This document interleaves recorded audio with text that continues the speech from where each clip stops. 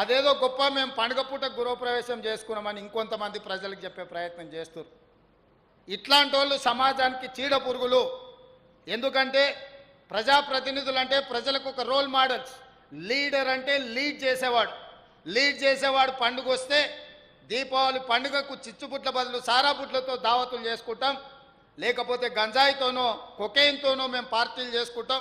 మా పార్టీలలో మా ఇళ్లలో కొకైన్ తీసుకున్నాడు దొరికినా, డ్రగ్స్ తీసుకున్నాడు దొరికినా పోలీసులు పట్టుకోవద్దు, అట్లెట్లా పట్టుకుంటారని మాట్లాడే పరిస్థితి వచ్చిందంటే చట్టం పెద్దోళ్ళకు ఒక రకం పేదోళ్ళకి ఇంకొక రకం అని సమాజంలో అనుకునే ప్రమాదం ఉన్నది. ఇలాంటి వాళ్ళను సామాజిక బహిష్కరణ చేయాల్సిన అవసరము ప్రతి ఒక్క యువతీ యువకుల మీద ఉన్నది. ఈరోజు ఎవరైనా మనకు రోల్ మోడల్స్? స్వతంత్రం కోసం కొట్లాడినోళ్ళు రోల్ మోడల్స్ ఉండాలనా?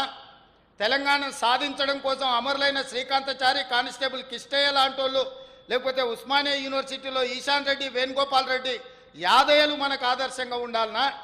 లేకపోతే ఫామ్ హౌస్లలో డ్రగ్స్ తీసుకుంటున్న వాళ్ళు ఆదర్శంగా ఉండాలనా?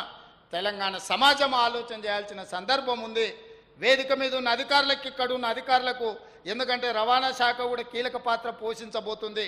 పక్క రాష్ట్రాల నుంచి, పక్క దేశాల నుంచి వస్తున్న మాదక ద్రవ్యాలు రోడ్ల మార్గాన్ననే, ముఖ్యంగా గోవా లాంటి రాష్ట్రాల నుంచి మన రాష్ట్రానికి వస్తున్న ఈ డ్రగ్స్ రోడ్ల మార్గాననే ఈ మధ్య ఎక్కువగా వస్తుంది.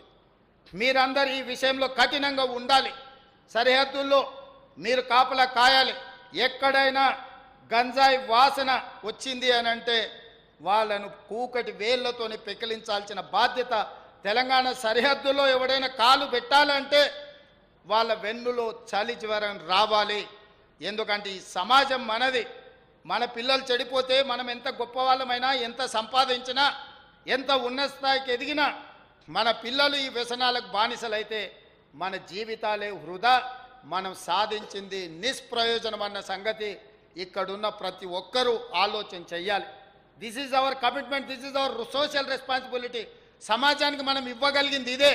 మనం పక్కింటోడికి మన ఆస్తి ఇవ్వలేకపోవచ్చు, మన ఎదురింటోడికి మనం చదువు ఇవ్వలేకపోవచ్చు, కానీ మన ఎదురింటోళ్ళ పిల్లగాడో పక్కింటోళ్ళ పిల్లగాడో గంజాయికి బానిస అయితే మన కళ్ళ ముందల్నే వాళ్ళ కుటుంబం అంతా కుప్ప కూలిపోతుంది. కొన్నిసార్లు ఆ పిల్లలను మార్చలేక తల్లిదండ్రులే ఆత్మహత్యలు చేసుకునే పరిస్థితి. సమాజం ముందు నిలబడలేక మా పిల్లలు ఇట్లాంటి తప్పులు చేస్తుండ్రు, ఈ సమాజానికి మేము ఏం సమాధానం చెప్పాలి అని తల్లిదండ్రులు ఆత్మహత్యలు చేసుకునే పరిస్థితి వచ్చింది. అందుకే పోలీస్ శాఖ సిబ్బంది, రవాణా శాఖ సిబ్బందికి నా సూచన ఒక్కటే, ఇది మీరు బాధ్యతగా భావించండి. ఇది ఉద్యోగం కాదు, ఇది భావోద్వేగం. ఈ భావోద్వేగం తెలంగాణ సమాజాన్ని పునర్నిర్మించడంలో ఉపయోగపడాలి. నిన్న మన ఒక పెద్ద ఆయన మాట్లాడుతున్నాడు బయటకు వచ్చి, 10 నెలల తెలంగాణ ఏం కోల్పోయిందో వాళ్ళకి తెలిసి వచ్చిందని. ఏం కోల్పోయిందా? మీ ఇంట్లో 4 ఉద్యోగాలు కోల్పోయారు. అంతకుమించి తెలంగాణ సమాజం ఏమైనా కోల్పోయిందా? తెలంగాణ సమాజంలో వేలాది మందికి ఉద్యోగాలు వచ్చినాయి.